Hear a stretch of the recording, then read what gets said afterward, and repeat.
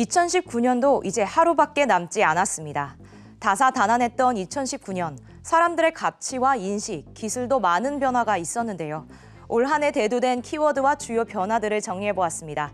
CNN에서 선정한 2019년 주요 성과를 전해드립니다. 먼저 첫 번째입니다. 올해는 홍콩 시위부터 시작해 많은 인권 문제가 대두된 한 해였습니다. 특히나 여성 인권과 동성애자들의 인권 발전이 성과를 보였는데요.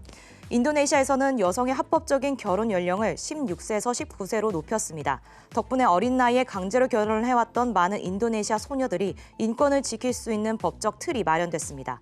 사우디아라비아 여성들도 지난 6월부터 남성의 허락 없이 직접 여권을 신청할 수 있게 됐고, 이란의 여성들도 인권단체와 피파의 요청으로 40년 만에 축구 경기장에 입장할 수 있게 됐습니다. 동성간 결혼도 여러 지역에서 합법화되었습니다. 아시아에선 최초로 지난 3월 대만이 동성결혼을 합법화하면서 반년간 1,800쌍 이상이 결혼했고, 북아일랜드와 에콰도르도 동성결혼을 합법화했습니다. 자연과 환경에 대한 관심도 많은 한 해였습니다. 옥스퍼드에서는 올해의 단어로 기후 비상사태를 꼽았는데요. 그 해의 분위기와 윤리, 사회적 관심을 반영한 단어라는 점에서 환경에 대해 전 세계적으로 보다 관심을 가지고 있음을 알 수 있습니다. 우리나라에서도 미세 플라스틱이 한동안 화제가 되면서 플라스틱 사용을 줄이는 운동을 펼쳤었죠. 올해 5월엔 유해 폐기물 처리 조약인 바젤 조약에 플라스틱이 추가되기도 했습니다. 유럽과 캐나다에선 일회용 플라스틱 사용을 금지했는데요. 자연을 보호하기 위한 규제와 정부 차원의 움직임이 대두된 한 해였습니다. 그나마 좋은 소식은 나사에서 발표한 보고서에 따르면 지금 우리의 지구가 20년 전에 비해선 그래도 나무 해량이 5%가 늘어 온난화를 조금이지만 낮춰주고 있다고 합니다. 과학계에서도 진보적인 뉴스들이 많았습니다.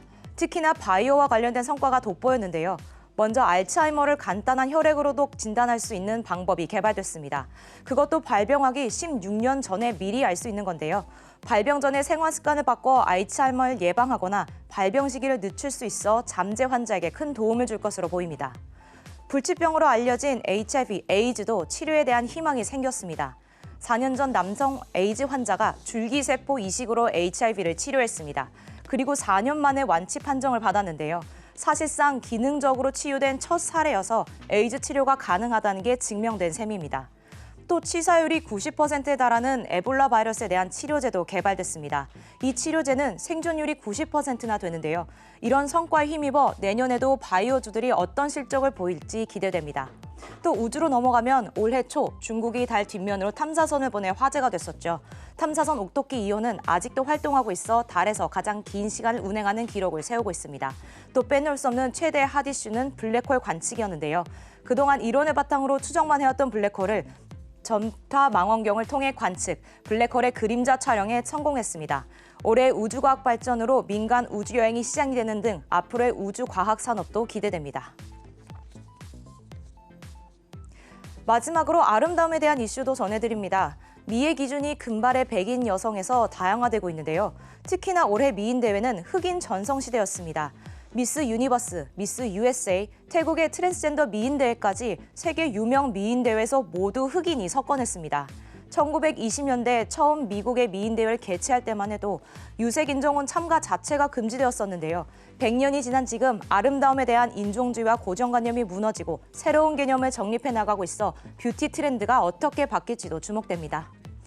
2019년 한 해를 돌아보며 인권, 환경, 과학, 사회 부분에서의 주요 성과를 전해드렸는데요. 이런 트렌드 변화를 기반으로 내년도 유망 기업들, 기업 전략을 확인해보는 것도 좋겠습니다. 지금까지 이슈5였습니다.